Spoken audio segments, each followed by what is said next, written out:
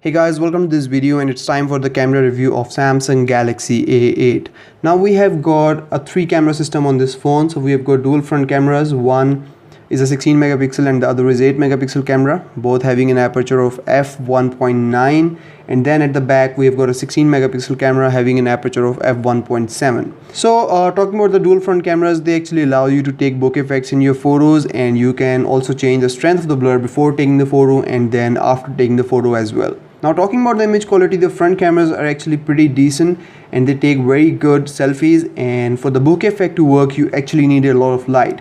So if you want background blurs in your photos, take photos in very brightly lit situations. If you are shooting in low light, there may come a lot of grain in your photos and may destroy them. Now talking about the rear camera, as with every other Samsung camera, it is very reliable and it takes very decent and good photos. Images come out to be very saturated, sharp, colorful and crispy, and thanks to its f1.7 aperture, it also takes pretty decent photos in low light situations as well. However, there are two things that it lacks. So there is no 4K video recording and there is no optical image stabilization. Although I noticed that if you turn on video stabilization from the camera settings, you can actually take pretty decent and stabilized handheld video even when you're walking. Now let's go ahead and take a look at some of the camera samples that I've shot over time, and I've got a video sample as well, and after that I'll take you through the tour of the camera app.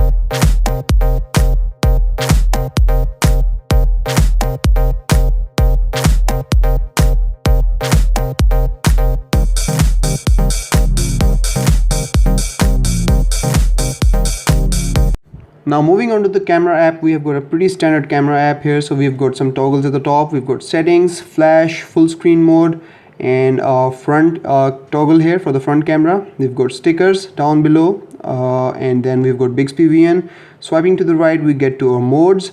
If we go in pro mode, you have brightness, you have got ISO and white balance. If we swipe to the left, we have our filters. So we've got quite a few filters here. You can even download more from the Galaxy App Store. Now if we go in settings, we have got picture size, so you can go from 16 megapixel to 6 megapixel. For the rear camera, video size, you can go from full HD to VGA, no 60 FPS here. We've got timer, auto HDR. For front camera, again same settings. For the front camera, 16 megapixel to 6 megapixel.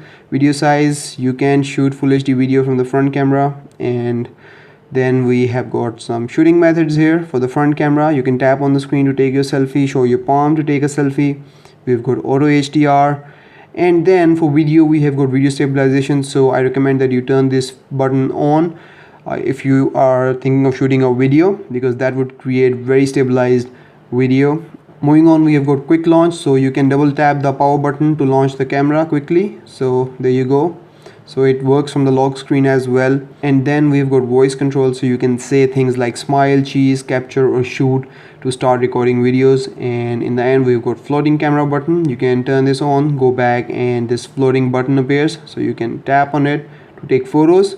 Now if you're in the camera app and you press the power button twice quickly, it actually shuffles between the front camera and the back camera. So that's pretty neat from Samsung. So that was the camera app, and that was the camera review of Samsung Galaxy A8.